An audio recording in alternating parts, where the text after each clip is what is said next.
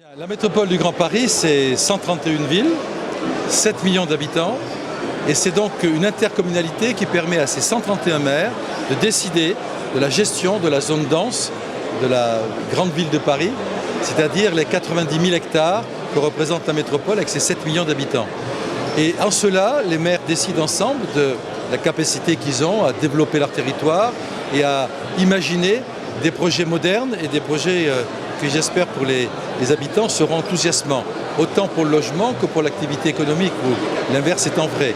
Nous avons imaginé à la métropole de lancer une grande consultation pour justement faire émerger sur l'ensemble des territoires de la métropole des projets innovants. Nous avons lancé un concours qui s'appelle Inventons la métropole du Grand Paris, qui, avant que la métropole n'exerce toutes ses compétences, fait que déjà la métropole est fédérée par l'émergence de ces 57 sites qui sont choisis pour ce concours. Nous avons retenu sur les 420 dossiers déposés 164 dossiers.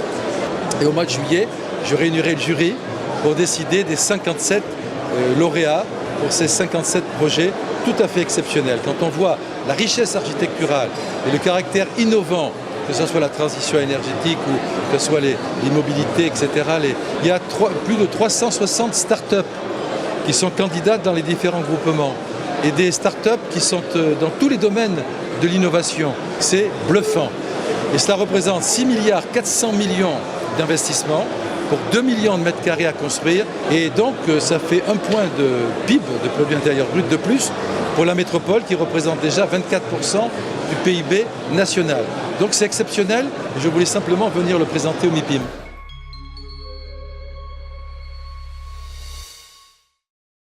Le point fort pour les investisseurs, c'est bien sûr ce concours qui les a mobilisés à hauteur de 6 milliards 400 millions. Je répète encore parce que nous sommes les seuls ici, là, au MIPIM, à mettre sur la table 6 milliards 400 millions d'investissements et 2 millions de mètres carrés à construire, car c'est décidé.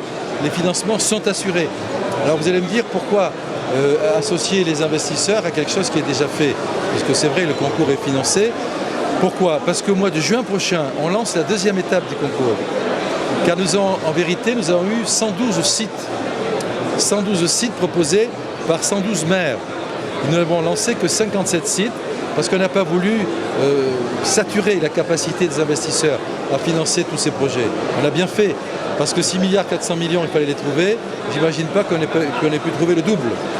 Donc nous allons lancer la deuxième étape du concours au mois de juin prochain.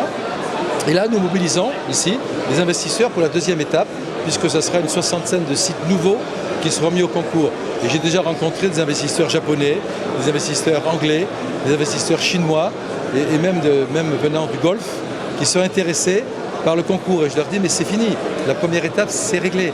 Mais si vous voulez venir, vous pouvez venir d'ici le mois de juin pour vous associer aux aménageurs, aux architectes et financer cette deuxième phase du concours.